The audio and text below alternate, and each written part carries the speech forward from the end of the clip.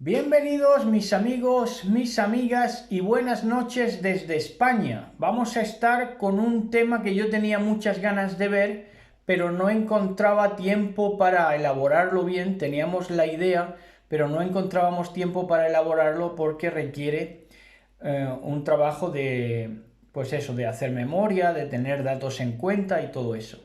Entonces, pues no encontrábamos el tiempo. Ahora, gracias a esta tarde, Elohim nos ha concedido de poder articularlo y poder pormenorizarlo y redactarlo. Y entonces va a ser el tema de las 5 etapas de la religión. Primero empezar diciendo que los polos extremos, en los extremos se tocan. Entonces, cualquiera de estas etapas es religión igual. Es decir, el ateísmo es religión, lo vamos a ver, el totemismo es religión, el chamanismo es religión, la idolatría es religión y por supuesto el monoteísmo es religión. Son 5 etapas que en cada una de ellas está la religión presente. Por lo tanto, la religión no trasciende a Dios, sino que la religión se queda en esas 5 etapas que malentienden a Dios o la figura de Dios, la figura del Padre Eterno, del Padre de las Luces. Entonces vamos a estar con este tema profundo, no sé cuánto tiempo nos va a llevar, pero pues requiere la atención de todos ustedes porque van a tener que pues esforzarse por entenderme. Yo voy a tratar de explicarlo de la mejor manera posible, pero ustedes también se van a tener que esforzar para descifrar los códigos que les voy a facilitar. En primer lugar, decir que esto de las 5 etapas de la religión lo esbozó Lubbock, 1834-1914. Lubbock era discípulo de nada más y nada menos que de Darwin, ¿verdad? El de la teoría de las especies, de la evolución, ¿verdad?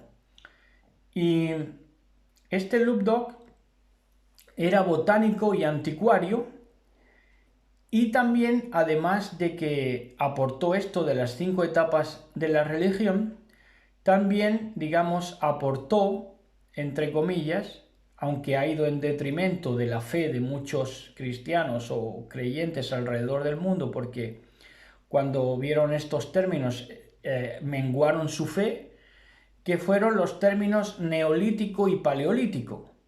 El neolítico, saben ustedes que se asocia más o menos, al fin de cuentas, al aparecimiento del lenguaje que data más o menos de cuando, más o menos, repito, cuando se da la Torá de Moisés. A ese tiempo en ese tiempo se mete el neolítico, cuando ya el hombre pierde los asentamientos, se hacen nómadas, ¿verdad? Ya viene el nomadismo y ya deja de ser, de estar en las tribus y ya se llama a pastar, a que pasten los rebaños, se interesa también luego por la ganadería y todo eso, ¿verdad? Eso se llama neolítico, principalmente el rasgo distintivo es que aparece el lenguaje, y el paleolítico, que es, digamos, la edad, el paleo, el prefijo paleo es antiguo, lo más antiguo, ¿no? Entonces se inventó ese término paleolítico, lo más antiguo, ¿verdad? Lo más antiguo del lítico, y el litio y el lítico va relacionado con la piedra, por lo cual de ahí viene paleolítico, la edad de piedra, ¿verdad? Bueno, entonces este Lubbock vio la religión en 5 etapas. La primera etapa, repetimos, todas estas etapas, sin descontar ni una, son religión. La primera etapa de la religión es el ateísmo. Es la primera etapa de la religión. O sea, si pudiéramos decirlo en las propias palabras de Lubbock, el ateísmo es el paleolítico de la religión. Entonces, el ateísmo, bien mirado y con una mirada profunda, repara en las contradicciones de los profesantes. Por eso existe el ateo, porque el ateo en lo que repara no es en introspeccionar a ver si hay Dios o no hay Dios dentro de él o fuera de él, sino que el ateísmo se hace ateo principalmente por estas cuestiones de que ve contradicciones en los profesantes de la religión. Por eso se hace ateo, porque ve contradicciones en los profesantes, es decir, los profesantes de la religión no practican lo que predican y entonces llama al ateo a ser ateo. Y también es ateo por diversas raíces de amargura, por eso se hace ateo, también por raíces de amargura, como por ejemplo pérdida de seres queridos o desilusiones amorosas. Esas son las vías que confluyen para que una persona se haga ateo. También se da otra vía, que es el deseo de anarquía. Esto digamos que son los ateos más puristas, los que se mueven en un deseo de anarquía, de un desorden, un desorden que lleva al final al orden, según ellos, pero que de la misma base del anarquismo se basa en la deconstrucción o destrucción, no construye nada. Entonces el ateo más puritano, por así decirlo, se mueve en un deseo de anarquía que siempre está en contradicción consigo mismo, porque el deseo de anarquía quiere tenerlo el ateo, o sea, quiere que todo sea anarquía. Mucho ateísmo se movió así. Al principio, principalmente se bifurcaron en dos fuentes, que fueron el ateísmo se bifurcó en dos fuentes, que fue el comunismo y el anarquismo. Bueno, y ese anarquismo, esa idea o ese deseo de anarquismo se basaba en una contradicción. ¿Por qué? Porque ellos quieren anarquía y desorden, pero quieren que a ellos los traten con orden. Es decir, ellos si hacen algo bueno no esperan que le hagan algo malo, sino si ellos pagan un bien, quieren que le paguen con un bien también. Entonces es una anarquía profundamente contradictoria, porque no puedes buscar en el universo externo lo que no tienes en tu universo interno, porque no existe. Entonces no hay correlación, por lo tanto se ha movido en contradicción. Como he dicho antes, la convergencia más unificadora que tuvo el ateísmo fue el comunismo, sobre todo en la Rusia de los soviets, y a partir de la Rusia de los soviets se extrapoló a México y a otras naciones de la Tierra. Ahora tomaron las naciones bolivarianas de América, China también, ¿verdad? Y esa fue la corriente del comunismo. Entonces, el ateísmo es el primer estadio, la primera etapa de la religión. ¿El ateísmo es religión? Por supuesto que sí. Como he dicho antes, es el paleolítico de la religión. Ahora, se pasa del ateísmo a la adoración a la naturaleza o totemismo.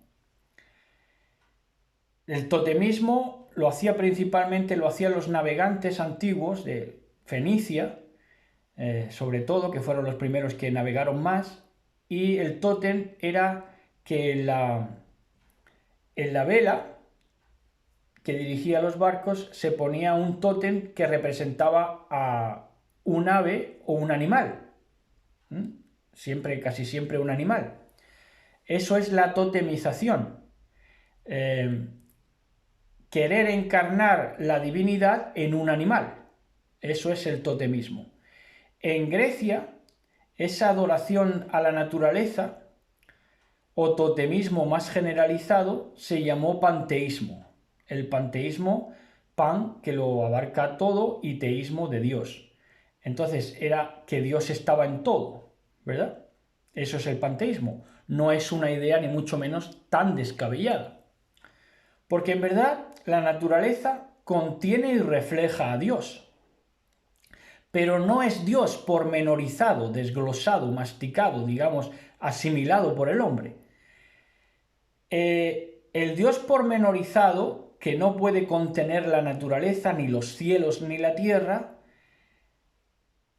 se refleja o tiene su representación básica y primordial en el ser humano, en el hombre, en el ser humano, en el hombre y la mujer.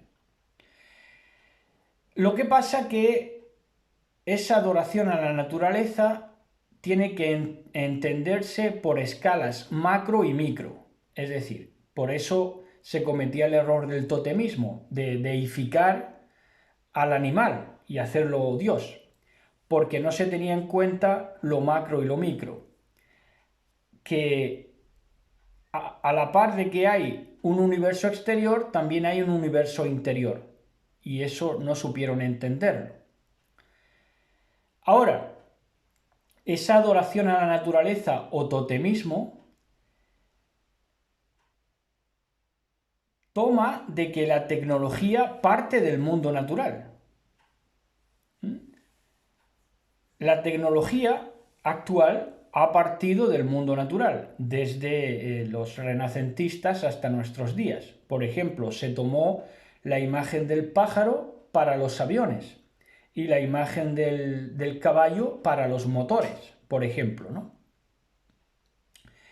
Entonces, claro,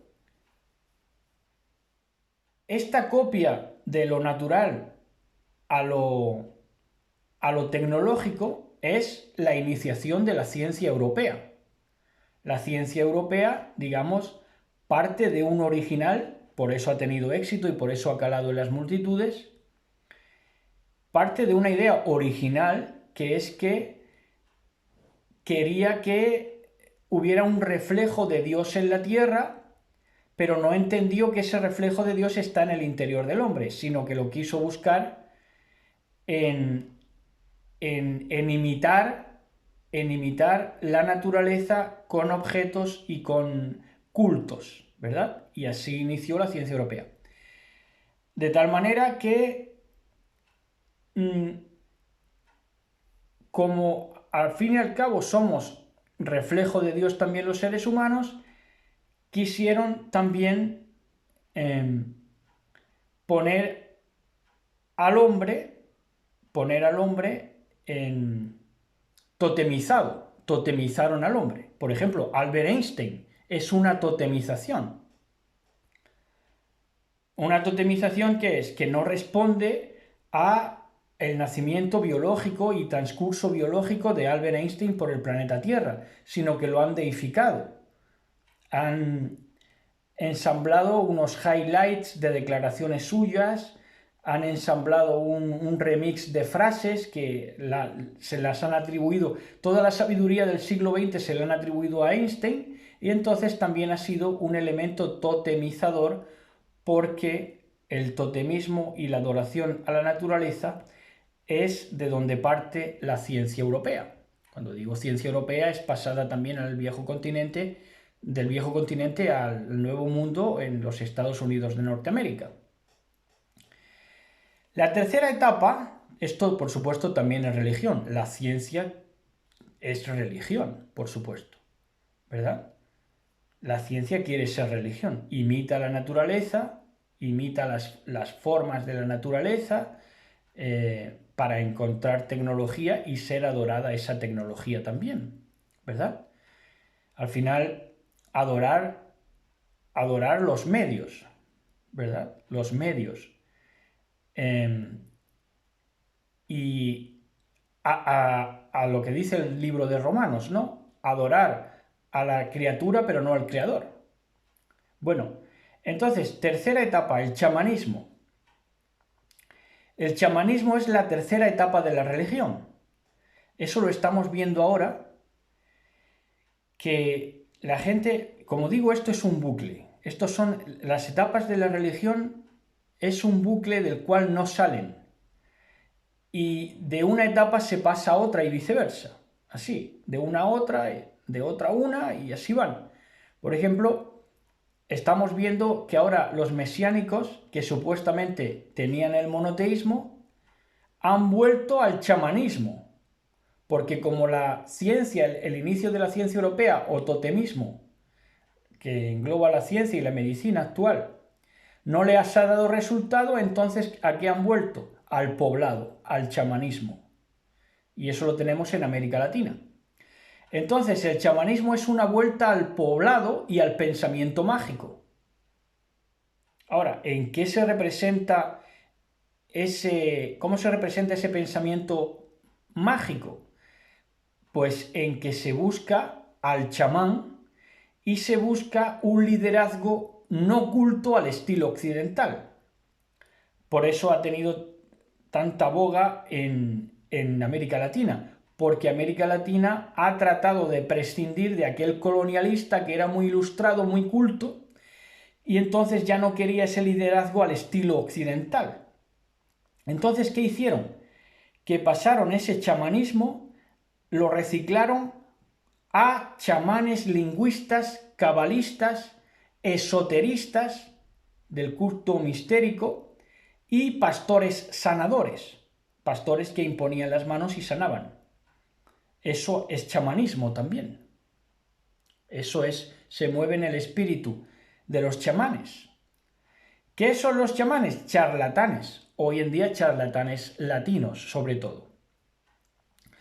Cuarta etapa de la religión, la idolatría. La idolatría podríamos decir que extrae de las etapas previas que se han citado ya, chamanismo, adoración a la naturaleza o totemismo y del ateísmo, ha tomado de esto, ha extraído en las etapas previas de una idea de organización mental de imágenes que sustituyen a Dios en un materialismo grosero. Es decir, la idolatría ha querido extraer del chamanismo, del totemismo y del ateísmo y ha puesto en el idólatra una idea de organización mental de imágenes. Ha tratado de organizar mentalmente las imágenes, para eso se ha servido también de la neurolingüística, por supuesto, para sustituir a Dios. ¿Con qué? Con un materialismo grosero, y se sabe que es grosero, porque al final lo que ponen son santos de escayola y encofraduras y imágenes, pues eso, groseras principalmente por el dinero que se gastan en ellas, y imágenes groseras no solamente religiosas católicas, sino de todas las religiones, que se adornan con los metales más preciosos de la humanidad, o de más valor que le da la humanidad, ¿no? Y es un materialismo, por lo tanto, grosero, porque al final es lo que se dice muy bien, lo que siempre se ha dicho desde el protestantismo, ¿no? Desde el protestantismo más acérrimo y, podríamos decir, fiel con ellos mismos, ¿no? Que ha sido que un perro, por ejemplo, no se inclina ante una imagen, pero el hombre sí, el idólatra sí, ¿verdad? Entonces es un materialismo grosero, pero establecido e inculcado durante generaciones, porque los idólatras vienen desde los tiempos de Canaán. Entonces es un materialismo que ellos mismos saben que es grosero, adoración de imágenes, pero se ha establecido y se ha inculcado durante generaciones, con lo cual ya tienen fácil terreno y caldo de cultivo en la mente humana. Y la idolatría es representada, ya recordamos, el chamanismo por los charlatanes latinos, el totemismo por el inicio de la ciencia europea y el ateísmo por el comunismo, pues la idolatría es representada perfectamente por la idea de las cuatro paredes, Dios entre cuatro paredes, que ellos, los idólatras, lo toman como algo concreto, ¿verdad? Para hacer de Dios algo concreto, pues te lo encierran en cuatro paredes, y eso es lo que se llamó iglesia. O sea, la iglesia está fundamentada, por supuesto, en idolatría. Ahora, quinta etapa de la religión, el monoteísmo. ¿Cómo es percibido el monoteísmo? No interesa tanto identificar al monoteísmo, sino cómo se ve el monoteísmo desde fuera. El monoteísmo es visto como un agotamiento de ideas para el ateo, es decir, el ateo piensa en el monoteísta como decir, bueno, ya se le han acabado las ideas y ya están fritos mentales en esta época de perdición, de idolatría y de mentira, y entonces ya como no tienen más ideas, por eso se hace monoteísta. Entonces el monoteísta es visto por el ateo como que se le han agotado las ideas. Para el totemista, el adorador de la naturaleza, pues ve al monoteísta como un carisma desperdiciado y que ha desistido sin tener por qué del objeto sagrado. Así lo ve el totemista. Ve que el monoteísta ha prescindido sin tener por qué del objeto sagrado. O sea, el totemista no entiende por qué prescinde del ritual, el monoteísta. No entiende que se prescinda de lo ritual. Ahora, monoteísmo más chamanismo, pues entonces sí hay un culto ritualista, que es lo que hay, porque el monoteísmo se ha unido al chamanismo y entonces ya hay un culto totemista en que se deifica el objeto y se deifica también al hombre. En mala lid, como no corresponde. Entonces, ahora, para el chamán, ¿cómo lo ve al monoteísta? El chamán lo ve precisamente, como hemos hablado, un líder no ritual que ha prescindido del ritualismo para sorpresa del chamán, y por ende el líder monoteísta es un líder menor para el chamán, ¿verdad? Y para el idólatra, simplemente el monoteísta es una amenaza de lo subjetivo para él, ¿verdad? Para el idólatra, el monoteísta solamente es una amenaza de lo subjetivo. Es decir, el idólatra cree que su religión es objetiva. ¿Por qué? Porque la ve concreta en el objeto, en un objeto deificado, sagrado y dotado de la mejor materialidad humana, o el materialismo, que es cubrirlo de oro, las riquezas, las supuestas riquezas, la opulencia de los objetos, ¿verdad? Del material.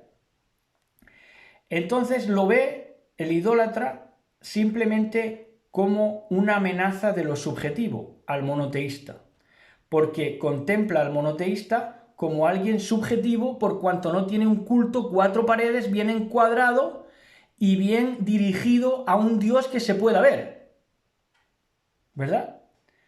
Y eso no pasa de ahora, eso ha pasado de siempre. El idólatra ve al monoteísta así, siempre. Nos ve como seres subjetivos.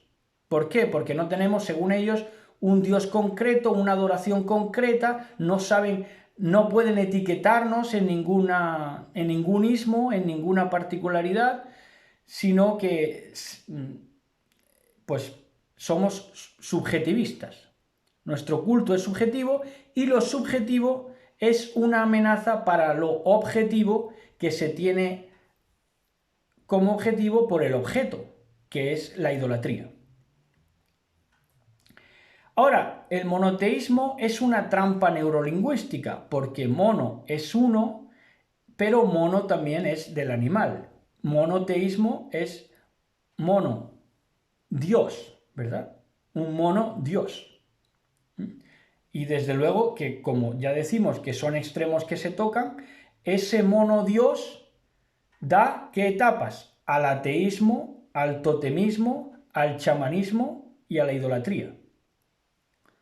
Porque se tuvo, desde esa ciencia, inicio de la ciencia europea, totemismo, se tuvo al mono como el ancestro, ¿verdad? Para el Homo sapiens, los neandertales y todo eso, ¿verdad? Todas esas etapas dentro de esa ciencia europea que quería imitar la naturaleza, pero no quería al Dios creador de la naturaleza. Bueno, entonces, es una trampa neurolingüística el monoteísmo y, lo más importante, el monoteísmo no es observación, como se han creído muchos monoteístas, muchos creyentes, en otras palabras. El creyente se ha creído que ser creyente es una observación. No, ser creyente no es una observación, sino que debería haber sido una participación. Dice el apóstol Saúl Pablo que somos partícipes de la naturaleza divina. O sea, creer o no creer no es observar o no observar, sino participar o no participar, ¿verdad? Entonces, es una observación participativa, ¿verdad? Sin embargo, el monoteísta, el creyente, digamos, chantajeado o minusvalorado o forzado por el idólatra, el chamán, el totemista y el ateo, se quiere ver a él y se quiere vivir, y quiere vivir simplemente como observador. El creyente que no ha entendido bien su labor de creyente, que repito, no es observar, sino participar. Ahora, el desenlace social a todo esto. La primera etapa, que fue el ateísmo, fue la rebeldía ilustrada. ¿Qué característica tuvo la rebeldía ilustrada? Que tuvo información pero no supo procesarla. Como tuvo información pero no supo procesarla, dio lugar al ateísmo, marcado por la rebeldía ilustrada y las guerras consecuentes, las guerras mundiales atroces. La segunda etapa, que fue el totemismo, en la segunda etapa, con el totemismo, esos ilustrados rebeldes se dieron cuenta que el ateísmo, que fue una información no procesada, no era la respuesta que buscaban, y entonces se dio una realidad pirateada. Recordemos que el pirateo fue el primero en inducir el tótem en los barcos de vela, ¿verdad? Entonces, el totemismo llegó a la conclusión de que el materialismo no era la respuesta y entonces pirateó la realidad. De ahí tenemos Internet. No sé cómo son las cosas y dónde han ido a parar. ¿Por qué? Porque en la segunda etapa del totemismo, como participaba también una imitación a la naturaleza, se dio belleza, arte y letras. Eso en la época del totemismo, ¿verdad?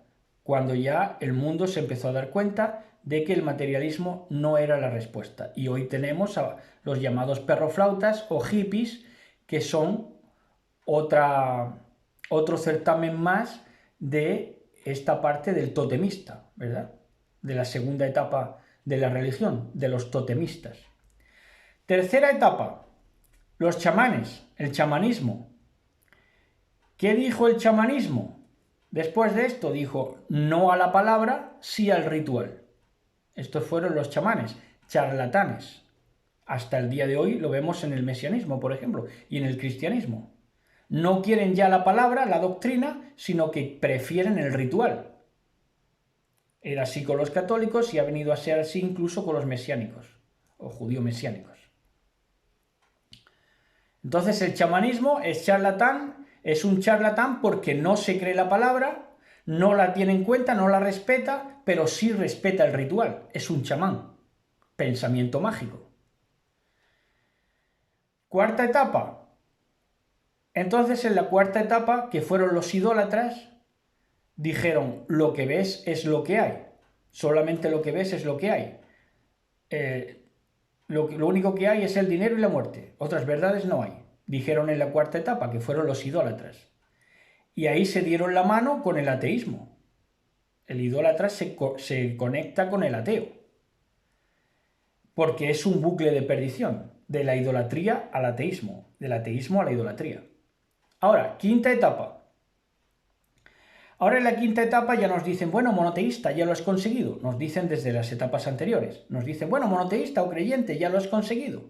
Ahora no te muevas más a superación, nos dijeron. A los creyentes, a los monoteístas. Entonces, claro, nos lo creímos, les hicimos caso y entonces ya no nos movimos más a superación, porque al fin y al cabo, ¿qué habíamos conseguido? Creer en Dios. En un mundo ateo, chamán, idólatra, totemista, chamán, ¿verdad? Entonces nos dijeron, mira, ya no os mováis más, habéis conseguido creer en Dios en plena época del materialismo y del capitalismo y y de todos los medios de comunicación propagadores de las 5 etapas de la religión en bucle, y nos dijeron ya no tengáis más afán de superación, no a la discusión, no al refinamiento y no a la pulcritud mental. Y muchos creyentes se sometieron a eso, perdieron la noción de superarse a sí mismos y entonces pues ya en ese momento no se tomaron en serio a sí mismos, creyentes, monoteístas, no sometieron las doctrinas a discusión, por lo cual no hubo crecimiento, no hubo refinamiento en el ser interior y se dio como consecuencia falta de pulcritud mental en la que se incurre en contradicciones y pecados que realmente apestan más si cabe cuando nos ponemos a Dios en nuestra boca. Y estas son las 5 etapas de la religión, un tema que tenía muchas ganas de dar, espero que lo hayan disfrutado al menos y se hayan quedado siquiera con algo, reteniendo algo de lo que hemos explicado o tratado de explicar. Buenas noches a todos, besos y abrazos.